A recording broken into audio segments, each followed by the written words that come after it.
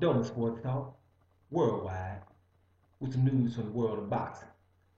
So y'all know what time it is. You ain't in a rush to get concussed. Now the big one is just hours away. Light heavyweight division. Sergey Kovalev versus Andre Ward. The rematch. We've been talking about it. We know where everybody's excited.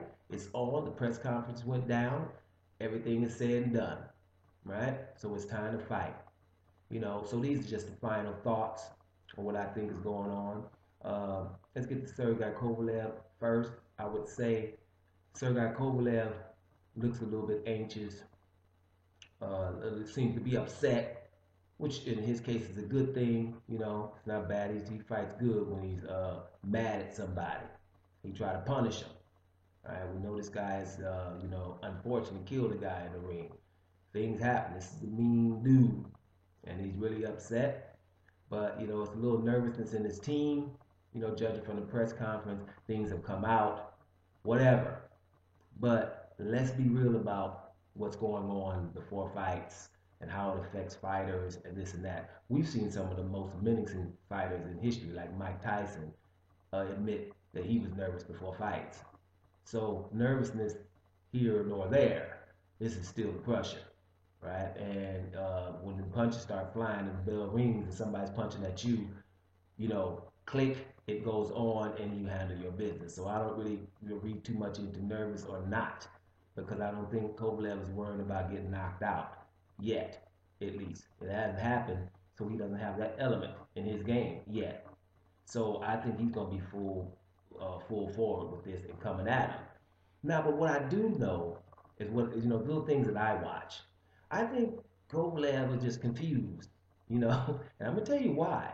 Because I think Sergey Kovalev flourishes when he's the bad guy, right? When the crowd doesn't like him, right? He can go over there like he did in Canada and went over there and beat up Pascal. Come to America, beat up Billy, my man, I can't think of his name now. Y'all know the legend, Bernard Hopkins, right? He likes to go away and do things and be the bad guy, right? The one that people don't like. This is where he flourishes at. Shut up the crowd, that kind of thing. And here it's confusing because he seems to have done everything he could do to be the bad guy here. He's played every card you can play. He's mad.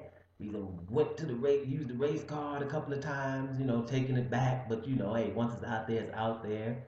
His team's not crazy. He's done things to be the obvious bad guy, but he's still being cheered. And I think it's confusing him. You guys that want Kovalev to win, y'all better start cheering for Ward if you want this guy to flourish, because it's confusing. It's like I done everything possible to be the bad guy, and I'm bigger and menacing and mean and saying mean things, but they love me. What's up with that? And this dude's American. So, that's kind of messing him up. I think so. Because, it's like, wait a minute, there's a guy over there that's, more quiet and just saying profound things, really ain't really lashing out at nobody. Nobody like him, really. Not many, boxing insiders. So I think that's a problem with his psyche. But it doesn't matter. When the bell rings at the end of the day, it's the crusher. So he's coming forward. Andre Ward, on the other hand, has been there, done that. I think his mentality, but I do think he's going to probably want to win more convincingly. Like I said in the last video, it's going to be hard to do.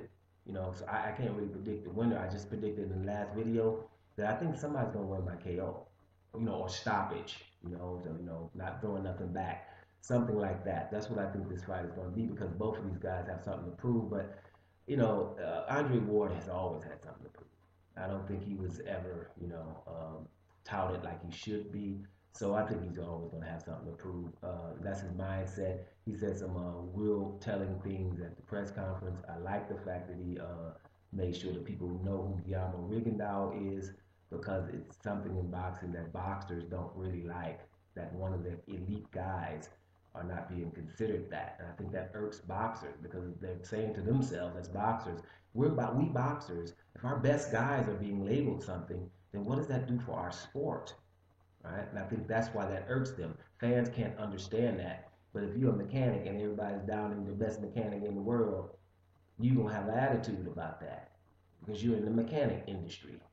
You know what I mean? It's kind of like that. So they feel for each other. These guys fight against each other, but at the end of the day, they're brethren because they do the same thing.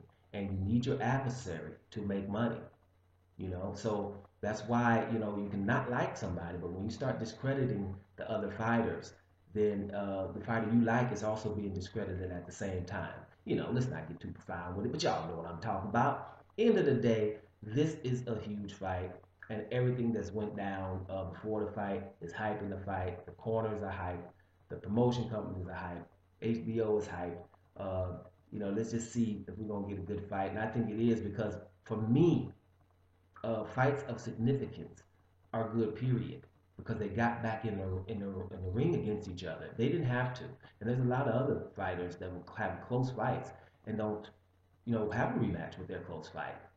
Laura Canelo, Golovkin, Jacobs, just two that just hit me right there. Close fights, and the other dude is just, well, I'm not gonna revisit that.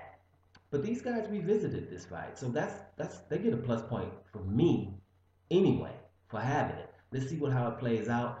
I'm excited, guys. I'll get with you in a day or two and we'll talk. We'll post fight thoughts. Enjoy. Doma Sports Talk worldwide, and I'm about to here, y'all.